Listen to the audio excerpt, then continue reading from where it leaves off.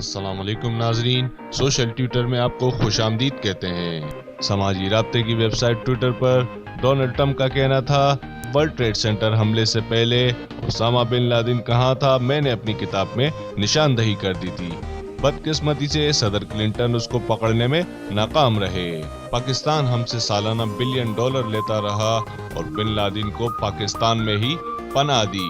شاید وہ ہمیں پاگل سمجھتے ہیں۔ وزیر اعظم عمران خان نے امریکی صدر ڈونلڈ ٹرمپ کو کرارا جواب دے دیا۔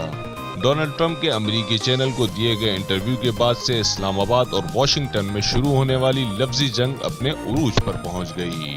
امریکی صدر کے تازہ بیان کے جواب میں وزیر اعظم عمران خان نے کہا کہ ٹرمپ کے جھوٹے خیالات نے پاکستان کے ان زخموں پر نمک چھڑکا ہے جو اسے دہشت گردی کے خلاف امریکی جنگ میں لگے۔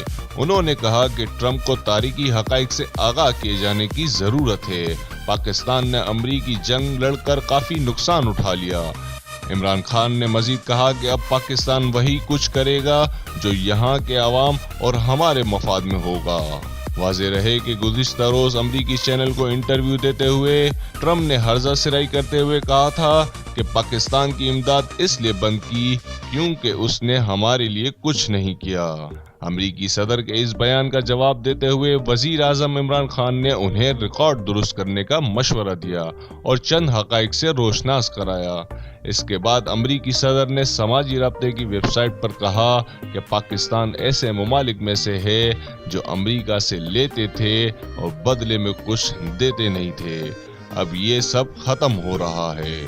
سماجی رابطے کی ویب سائٹ پر پاکستان کے پرائم منسٹر عمران خان کا مزید کہنا تھا، امریکہ کی جانب سے پاکستان کو $20 ارب کی حقیر سی امداد دی گئی۔ ہمارے قبائلی علاقے تباہ ہوئے اور لاکھوں افراد بے گھر ہوئے۔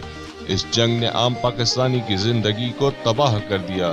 پاکستان امریکہ کو زمینی اور فضائی راہداریاں بھی بلا معاوضہ فراہم کیے ہوئے ہے۔ پاکستان کے خلاف جناب ٹرمپ کی ہرزہ سرائی پر ریکارڈ کی درستگی ضروری ہے۔ ستمبر 11 کے حملوں میں ایک بھی پاکستانی ملوث نہ تھا، مگر پاکستان نے امریکی جنگ میں حصہ لینے کا فیصلہ کیا۔ اس جنگ میں 75,000 پاکستانی جان سے گئے اور معیشت کو $123 ارب کا شدید دھچکا پہنچا۔